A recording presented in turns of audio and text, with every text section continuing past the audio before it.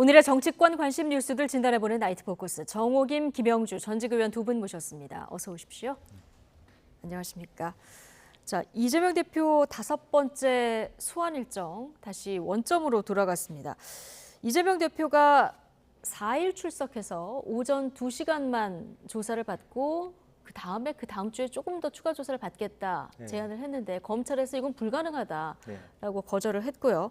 다시 이제 11일 시작되는 주를 제안한 상태로 돌아온 건데 검찰이 받을지는 모르겠습니다.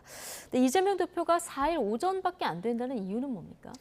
뭐 4일 오후에 무슨 국제 영상 컨퍼런스가 있다는 거고요. 네. 또 행사들이 있다라고 얘기를 하고 있습니다만은 어쨌든 기본적으로 보면 검찰의 출석 요구에 대해서 개인적으로 나는 몇 시간만 받겠다라고 하는 것이 과연 국민들이 어떻게 볼까 하는 것이 남겨져 있고, 또 전문가들의 의견에 보면 또 지금 장소 자체도 수원지청입니다. 그래서 수원까지 가는 거리가 있고, 또 2시간이면 1시간 조사받다가 1시간은 자기 그 신문 기록 검토하는 시간들, 이렇게 보면 이제 검찰 입장에서 봤을 때는 결과적으로는 조사는 성실하게 응하지 않고 검찰이 물으려고 하는 질문만 이렇게 살펴보고 가는 거 아니냐.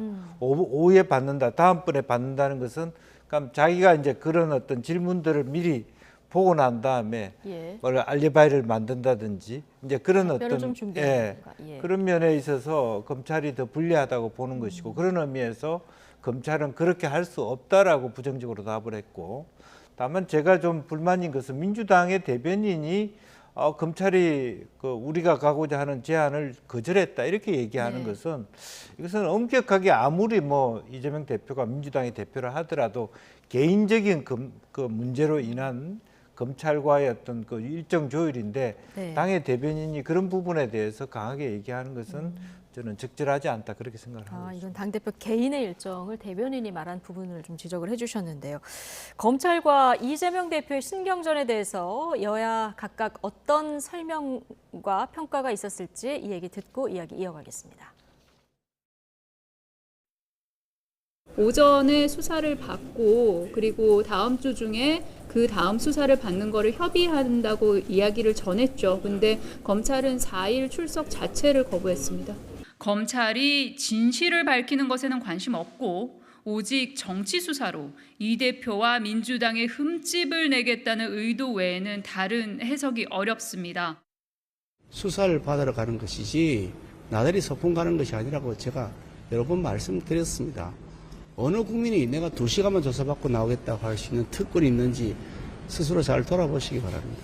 네, 지금 민주당은 이재명 대표 흠집 내기만 하고 있다 이런 얘기고요. 국민의힘은 소풍 가냐 이런 비판까지 나왔는데, 그런데 이재명 대표도 법률가였고요. 4일 오전만 조사해서는 앞서 말씀하신 대로 이제 자료 검토도 해야 되고 이걸 검찰이 받을 거다 이렇게 예상하지는 않았을 것 같은데요. 4일 오전 2시간만 받고 그 다음에 추가 조사 받겠다 이렇게 제안한 이유는 어떻게 보십니까? 검찰이 받지 않을 거라는 걸 잘 알겠죠. 그리고 검찰이 지금 이 민주당의 대변인이 검찰은 4일 출석 자체를 거부했습니다. 근데 이건 사실과 다른 거 아닙니까? 4일에 와서 하루 종일 받으라는 것이고 이재명 대표는 오전만 잠깐 받고 오후에는 자기 일정을 소화하고 11일 날 받겠다는 거 아니에요. 그러다 보니까는 지금 검찰은 그걸 받아들일 수가 없는 것이고, 이재명 대표 측에서는 이거 검찰이 안 받을 줄 알면서도 이런 제안을 했다고 저는 개인적으로 생각을 하거든요. 왜냐하면은 이 사법 리스크 때문에 지금 단식하고 있잖아요. 단식하면서 여러 가지 얘기를 했더라고요. 윤석열 대통령의 탄압에 대한 배수진이다 이러면서 국민 중심으로 민생 파괴 더 이상 하지 말고 그다음에 국정 쇄신하고 또 오염수 방류에 대해서 반대하고 해양재판소에 제소하라 이런 얘기를 하지만 이미 상식적으로 많은 사람들은 사법 리스크를 이런 식으로 방탄용으로 지금 단식을 하는 게 아니야, 이러한 그 볼멘 소리가 나오고 있지 않습니까? 이것에 대해서 자신의 진정성을 의심한다라고 억울해하기보다는 오히려 이러한 반응이 자연스럽다라는 것에 대해서 지금 본인이 자각을 할 필요가 있고요. 그 다음에 4일날 오전만 하고 그 다음 주에 하겠다 그랬잖아요. 그래 놓고 단식을 하는데, 단식이라는 게 이제 11일쯤 되면은 아마 본인이 쓰러져서 들것에 실려 나가야 될 상황일 거거든요. 네. 그러다 보면은 또 이재명 대표에 대해서 부정적으로 생각하는 사람은 저렇게 잠깐 받는 것처럼 하고 그 다음에는 아예 병원으로 가가지고 조사 자체를 안 받으려고 하는 거 아니야? 이런 식으로 의구심을 갖는다라는 것이죠. 그렇기 때문에 오히려 자신이 불체포 특권도 포기하겠다고 국회에서 선언해가지고선 박수까지 받았습니다.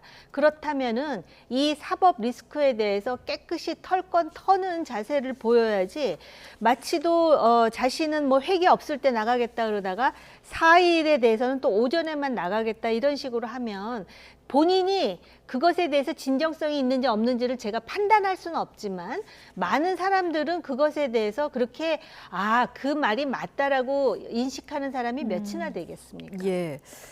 자, 이 대표가 원하는 11일 시작주의 날짜가 정해진다고 하면 정호김 의원님, 그때 되면 이 대표 그 건강도 어떻게 될지 장담할 수 없다는 그런 말씀이신데요. 그러면 검찰 조사뿐 아니라 9월에 예정되어 있는 각종 법원의 재판들이 있지 않습니까? 그렇습니다. 여기 이런 일정까지 다 좀 영향이 줄줄이 수년될 있을 가능성이 수밖에. 많다라고 보여집니다. 그러면 어떻게 보면 그런 것들이 다 이미 이제 분석가들이나 평론가들이 예상할 수 있다라면, 사실은 이것은 뭐 이재명 대표가 이미 이제 8월 30일 즈음에서 생각해 왔던 부분인데, 결과적으로 전반적으로 이렇게 단식을 하면서 또 일부러 뭐 4일날 간다고는 했지만 실제적으로 안 가게 되는 결과를 취해서 결국에는 휠체어 타고 병원에 입원한다든지 또 그런 모습을 보이면서 이제 당내에서 여러 가지 사퇴론이라든지 용태론이라든지 그런 부분에 대해서도